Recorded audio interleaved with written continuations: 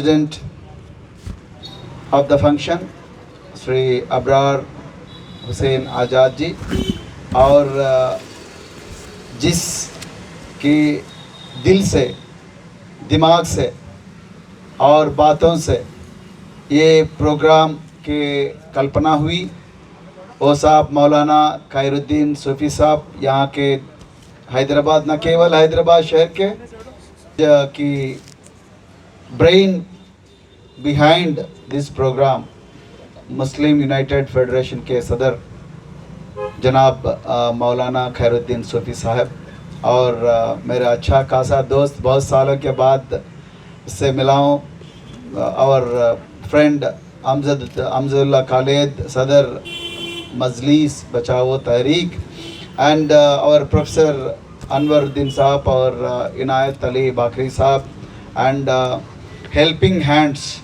the President of Helping Hands साहब का नाम बोल गया मैंने, फरीद साहब, and आसिफ उमरी साहब, जमाते अहले हदीस, और अली फलाकी साहब, another scholar who wrote n number of books, and many more scholars, और Maulana Shafi Masoodi, senior leader of Bahujan Samaj Party, and Abdul Aziz Sahib, and many more scholars of community, and Bahujan Samaj brother Sirajuddin. So I spoke to him couple of times. So, and then many more people of Hyderabad city, and then all the leaders of Bahujan Samaj Party, and all the lovers of peace in Hyderabad. मैं आप सभी लोगों को सलाम अलैकुम और जय Bhim and नमस्कार। दोस्तों, आज मैं ये चाहता था कि और हमारा आदरणीय होम मिनिस्टर साहब श्री महमूद अली साहब भी यहाँ मौजूद होता था, बहुत अच्छा होता था, क्योंकि लोगों का दिल का जलन और दिल में जो जज्बात की सैलाब, उसको भी थोड़ा महसूस होता था। या मुख्यमंत्री केसीआर साहब भी अगर यहाँ मौजूद होता, बहुत अच्छा होता था। यहाँ 50 लोग हैं या 200 लोग हैं, 2 लाख लोग हैं, वो बात नहीं। यहाँ पे बात दुरुस्त होना चाहिए, बात लोगों को बदलने की बात होना चाहिए, फेक बात नहीं होना चाहिए। तो लोगों 10 या 20 या 50 है, 200 है, उससे कोई ताल्लुक नहीं मुझे, लेकिन बात किसके लिए कर रहे और कौन सी बदल के लिए कर रहे, उसके बारे में थोड़ा सोचना चाहिए। मित्रों, मैं ये चीज़ आपसे बोलना चाहता हूँ। सुबह मैं एक वरिष्ठ एक अधिकारी से बात किया था, वो मेरे से फ़ोन करते ही वो रो रहा था। तो मेरा पुराना मित्र है वो, तो रो रहा था। तो मैं उससे पूछा क्यों, पहले बात बता दो। तो बोला मेरे बेटी घर से जाके अभी तक 5 साल हो गए। मैंने बोला क्यों अपना बेटी घर से बाहर गई? क्योंकि वो नशेली, वो ड्रग्स के एडिक्ट हो गई या उसके एडिक्ट हो गई। और मैं ये बड़ा ऑफिसर होने के बावजूद भी मेरा बेटी हर दिन पार्टियों में जाना, हर दिन घर को लेट आना, और हर दिन हमसे झगड़ना, और जब जो अच्छे बात बोलते हैं, सुधरने की बात बोलते हैं, हमसे नाराज़ होके घर से बाहर गए। अब वो कहाँ है, क्या कर रही है, या जिंदा या मुर्दा, या किसी से शादी की, या किसी का ट्रैप में गिर गई, या कोई जेल में गई, कुछ पता नहीं है। क्या नाम बदल लिया, कोई पता नहीं। तो ये एक चीज़ है। और अभी अमजदुल्ला खालिद साहब ने 3-4 इंसिडेंट्स के बारे में बताया। ये इंसिडेंट्स 1-2 नहीं है, सिर्फ एक ही काम का भी इंसिडेंट नहीं है ये, या एक ही मजहब का इंसिडेंट्स नहीं है, हर मजहब में यही हो रहा है। और पिछले जगित्याल में, पिछले महीने में जगित्याल जिला कोरुटला में 6 मर्डर्स हो गए एक ही हफ्ते में। सभी धर्मों का लोग है उसमें विक्टिम, सभी धर्मों का कातिल है उसमें।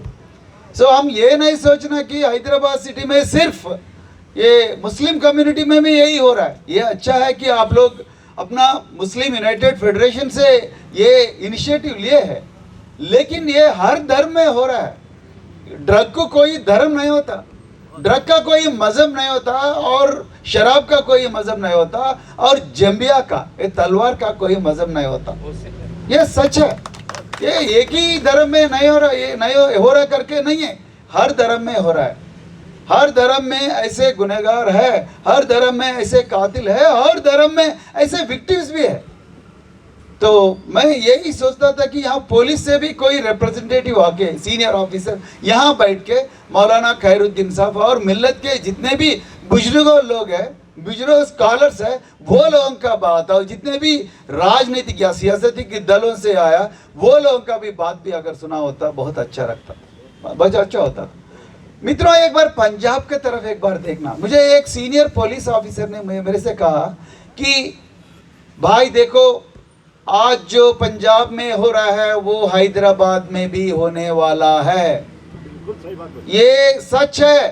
पंजाब में 1925 से, पार्टीशन से पहले, जब ईस्ट पंजाब वेस्ट पंजाब होके डिवाइड होते थे, वो उसके बाद वो पाकिस्तान बन गए, ये हिंदुस्तान बन गए। उससे पहले 1925 से अभी तक ड्रग्स का मामला चल रहा है। उससे पहले ओपियम मिलते थे, उसके बाद गांजा, उसके बाद चरस, अभी सिंथेटिक ड्रग्स हो गए। जैसा आप डोलो 650 लेते हैं, जैसा पैरास्टामॉल लेते हैं, कोडेक्स सिरप लेते हैं और फार्मेसी शॉप में जाके या मेडिकल शॉप में, दवाइयों का शॉप में जाके लेते हैं, ऐसा पंजाब में हर मेडिकल शॉप पे सिंथेटिक्स ड्रग्स मिलने का मामला आज चल रहा है। मित्रों, मेरे 4 बैचमेट्स आईपीएस ऑफिसर्स पंजाब में ये ड्रग्स के खिलाफ जंग लड़ने में बहुत बिजी है, अभी भी नाकामयाब हुए हो, अभी भी कामयाब नहीं हुए। ये हैदराबाद अभी थोड़ा बढ़ रही है, लेकिन एक दिन जैसा आज मौलाना खैरुद्दीन साहब ने, अली उमरी साहब, अली फलाकी साहब ने, नहीं तो आसिफ उमरी साहब ने, ऐसे और बहुत सारे बुजुर्गों लोग, ब्रदर सिराज ने, कई लोग, मौलाना शफी ने, कई लोग, कई मौलाना आज अपना कदम उठाया, आवाज उठाया ये ड्रग के शैतान के खिलाफ। ये बहुत बहुत अहम चीज है। जोरदार तालियां बजाइए ये लोगों को। मित्रों, ये बहुत बहुत अहम चीज है, क्योंकि पंजाब में आज कोई यूथ अपने माँ बाप के कंट्रोल में नहीं है।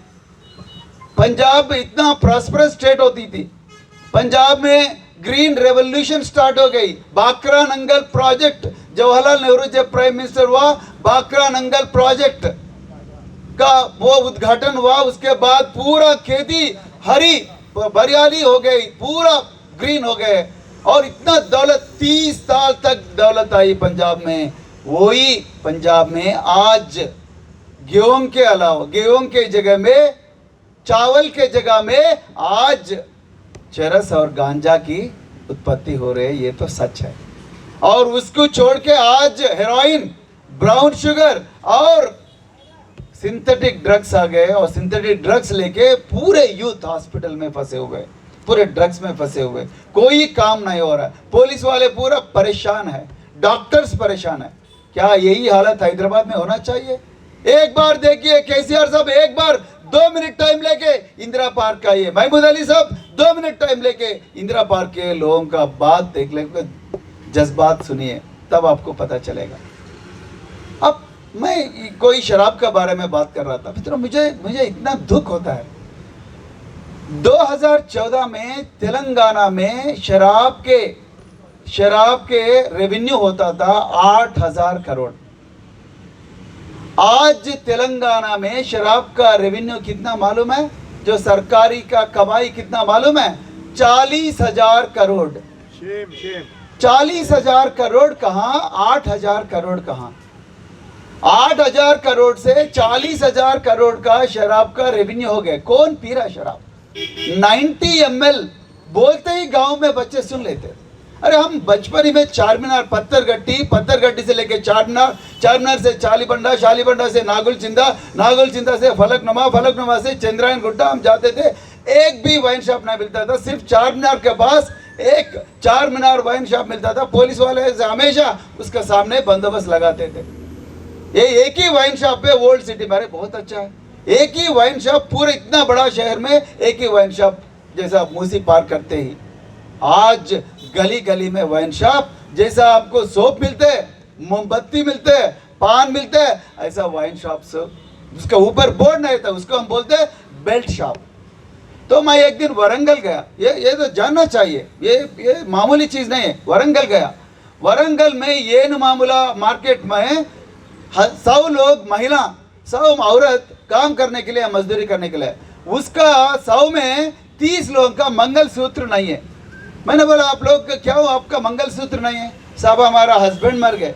कैसे मर गए? पी पी के मर गए, पी पी के मर गए। किसी का लिवर खराब हो गया, कोई नशे में गाड़ी चलाया, एक्सीडेंट होकर मर गए, कोई नशे में चाकू लेके दूसरों को मारा, वो इसको मारा, बस वो में मर गए। तो 100 में 30 लोग, मतलब 30% 30% लोग ये नशे के वजह से मर गए। तो मैंने एक दिन नलगोंडा के गए, नलगोंडा में जाने के बाद एक हॉस्पिटल में हमारा पार्टी का कार्यकर्ता हॉस्पिटल में एडमिट हो गया था। मैंने उसको देखने के बाद मैं सुपरिटेंडेंट के पास गया, साहब बहुत सारे गरीब लोग यहाँ पे हॉस्पिटल में एडमिट है, ये गरीब, सिर्फ गरीब लोग ही एडमिट है क्या, अमीर लोग को क्या होता है? साहब वो बोला अमीर लोगों का बात छोड़ो, गरीब लोगों को बचाने के लिए एक ही रास्ता है, शराब को बंद कर दो, गांजा को बंद कर दो, तभी ये लोगों का तबीयत अच्छा होगा। तो ये चीज है आज तेलंगाना में। कौन देख रहा है ये लोगों का बारे में? एक तरफ तुम शराब बेच रहा, 40,000 करोड़ का पैसा कमा रहे, दूसरे तरफ तुम बोल रहे कि हम आरोग्य तेलंगाना बताएंगे। कैसे बनाएंगे भाई आरोग्य तेलंगाना, जब एक तरफ तुम जहर पिला के लोगों को मरवा रहे, दूसरे तरफ तुम दवा दे के कैसे बचाएंगे लोगों को? हमको उल्लू बना रहे केसीआर साहब ने, मेरे को समझ में नहीं आ रहा। अरे तुम कैसे उल्लू बनाते लोगों को? फिर पुलिस वालों को बताएंगे अरे तुम पूरा शराब बेच रहे हो, और बाद में शनिवार के दिन पुलिस वालों को रोड पे खड़ा करके ब्रीथ एनालाइजर उसको टेस्ट करो। कितने देर टेस्ट करेंगे तुम? कितने लोगों को टेस्ट करेंगे? अरे एक दिन मेरे को इतने शर्म होती कि एक दिन अपना गणपति रेवंत रेड्डी साहब ने गांधी भवन से बोलता मैं ड्रग चैलेंज, मैं अपना ब्लड देता हूँ, और केसीआर बोलता दम मैं तो इधर आओ मैं ये देता हूँ। अरे कोई मुख्यमंत्री का बेटा, एक मिनिस्टर बोल रहा है ड्रग चैलेंज, और रेवंत रेड्डी साहब बोल रहे हैं ड्रग चैलेंज। कहाँ तक आ गए देखो। एक्चुअली चैलेंज किसके ऊपर होना था? चुनौती किसके लिए होना था? बेरोजगारी पे होना था चुनौती, गरीबी के ऊपर होना था, बेसहारों के बारे में होना था चुनौती, और जॉब के लिए होना था चुनौती, तालीम के लिए होना था चुनौती। मगर आज तेलंगाना में चुनौतियां हो रहे हैं, ड्रग्स के ऊपर चुनौती हो रहे हैं। ये हमारा मतलब दौर्भाग्य है, बदकिस्मती है आज हैदराबाद शहर का, न केवल हैदराबाद, पूरे तेलंगाना का बदकिस्मती है। तो ये हालत आ गया। आज बहुत खुश हो रहा है कि मौलाना खैरुद्दीन साहब ने और बाकी जितने भी मौलाना साहब, बहुत जितने भी स्कॉलर्स यहाँ पे मौजूद है, अपना कीमती वाला समय लेके यहाँ पे मौजूद है, और अपना दिल के अंदर की बात बताया। और अमजदुल्लाह कॉलेज को मैं स्पेशली तारीफ करता हूँ कि वो पुलिस ऑफिसर के तरह एक एक इंसिडेंट को ओपन करके आपको बताया कैसे कैसे कैसे कैसे मर्डर हो रहे। एक मर्डर पेपर हैदराबाद मैं आज बोल रहा हूँ, जब केसीआर साहब का प्रोग्राम होता है, केटीआर साहब का प्रोग्राम होता है, पूरे अपोजिशन वालों को पुलिस वाले 2 बजे रात में आके बीवी बच्चों के बीच में से उठा के लेके जाके पुलिस स्टेशन में बिठा देता। मैंने एक बार एक पुलिस ऑफिसर को पूछा, भाई ये तो सही है, ठीक है, मैं भी जब पुलिस ऑफिसर था मैं काम किया, लेकिन आप लोगों को ये इंफॉर्मेशन कैसे मिल गया? हम आके आपका केटीआर साहब का, केसीआर साहब का प्रोग्राम को नाश करेंगे। तो बोलता साहब हमको इंटेलिजेंस है, हमको इन्फॉर्मेशन आता। अच्छा ठीक है, तो मैं यही इंटेलिजेंस से, यही पुलिस वालों से, यही मुख्यमंत्री से ये सवाल पूछना चाहता हूँ, क्यों आप जब अपोजिशन वालों को गिरफ्तारी करके पुलिस स्टेशन में बिठा सकते हो, जब मर्डर होने वाले तो कातिलों क्यों नहीं आपको उठा के पुलिस स्टेशन में नहीं बिठाते? क्या आपके पास सॉफ्टवेयर नहीं है? हैदराबाद शहर इतना बड़ा सिटी है, देखो भाई, पत्थरगट्टी में एक मर्डर होता, या ईदी बाजार में एक मर्डर होता, नहीं तो भवानी नगर में एक मर्डर होता, डबा चबूतरा में मर्डर होता, नहीं तो काला पत्थर में एक मर्डर होता। तो नेक्स्ट वाला जो मर्डर होने वाला है, अरे बच्चे को पता चलता भाई, उसको कैसे पता नहीं चलता? आपके पास इंटरेस्ट नहीं है तो बोल रहा ना अभी मर्डर और सरेंडर, और बाहर आ जाओ और एक मर्डर करो और सरेंडर। मैं ये टॉलरेंस हो रहा है, ये धंधा हो रहा है हैदराबाद सिटी में। तो इसीलिए मैं आप लोग मित्रों ये नहीं समझना, आज तो हमारे पूरा पुलिस प्रोटेक्शन है और हमारा बंगला के खिलाफ चारों तरह पूरा पुलिस कमांडोस है और हमारे पास गनमैन है और अब बुलेट प्रूफ कार में घूमते हैं, बहुत बड़ा महल में घूमते हैं, इसीलिए हमको कुछ नहीं होने वाला है। गलत है। 5 साल पहले हैदराबाद में ये साबित हो गया। आप लोग जानते हैं मैं किसके बारे में बोल रहा हूँ। ये मर्डर कल्चर ये आपको गरीबों का नहीं है, एक दिन गैर में अमीर लोगों के पास भी आएगी, एक दिन ये जो राजनीति में आज सत्य में हुकूमत के पास भी पहुंचेगी। तब कहाँ जाओगे? हर साल, हर महीना, हर दिन हुकूमत में थोड़ी रहेंगे आप। तो ये कल्चर के खिलाफ जो जंग हो रहा है आज मौलाना खैरुद्दीन साहब के जरिए, बहुत अहम फाइटिंग है ये। बहुत मुझे अच्छा लग रहा है। और अपना भाई बहुत मतलब दिलचस्पी से एक सवाल पूछा कि आप लोग प्रॉब्लम को डिस्क्राइब कर रहे हैं मगर सॉल्यूशन बताओ। ये तो बहुत इम्पोर्टेंट सवाल है।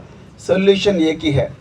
मैं एक पुलिस ऑफिसर का ट्रेनिंग गया था, तो हम सुबह 4:30 बजे उठाते थे। हमारा उस्ताद ने सुबह 4 बजे उठा के फॉल इन करते थे। हम सीधा जाके ग्राउंड पे कसरत करना शुरू करते थे, पूरा पसीना करके, और 7 बजे सुबह ब्रेकफास्ट देते थे, फिर क्लासरूम में अंदर लेके जाते थे, फिर 1 घंटा रेस्ट मिलता था दोपहर में लंच होने के बाद, फिर शाम में ग्राउंड पे या क्लासरूम में, फिर रात में फिर कुछ एंटरटेनमेंट एक्टिविटीज या जो भी होता था, फिर रात में डिनर जैसा खाते ही बेड पे सो जाते थे। इसका मतलब क्या है?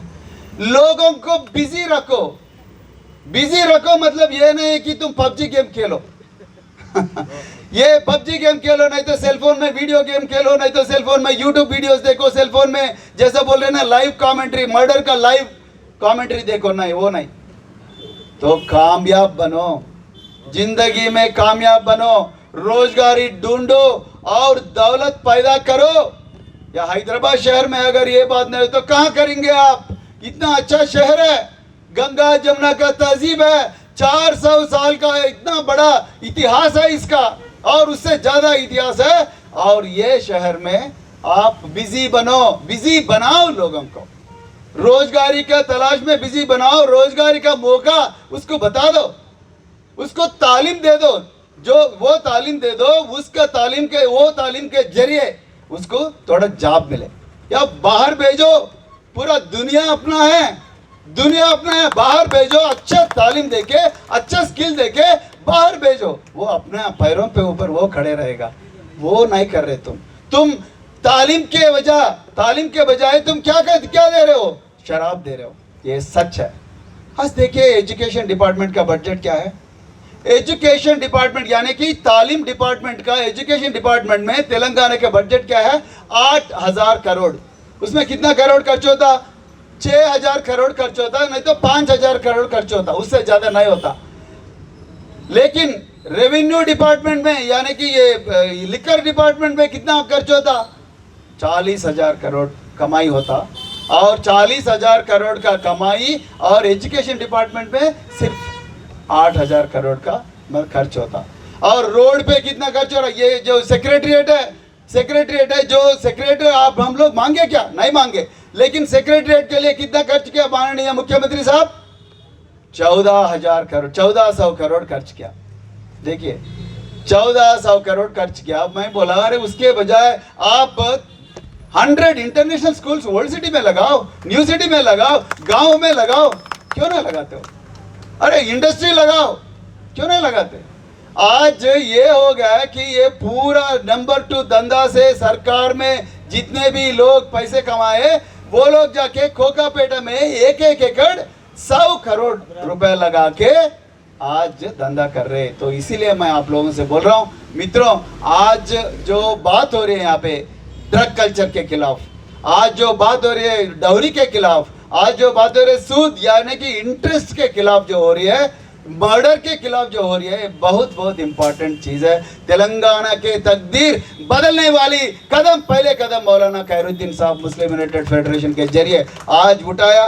बहुजन समाज पार्टी के मैं एक ही हामी देता हूँ यहाँ के लोगों को। हम आज एक बात बोला कि अगर चीफ मिनिस्टर साहब एक दिन आज हैदराबाद शहर में कहीं भी ड्रग्स नहीं मिलना बोले तो नहीं मिलेगा, ये तो मैं बोल रहा हूँ, ये बेशक होगा।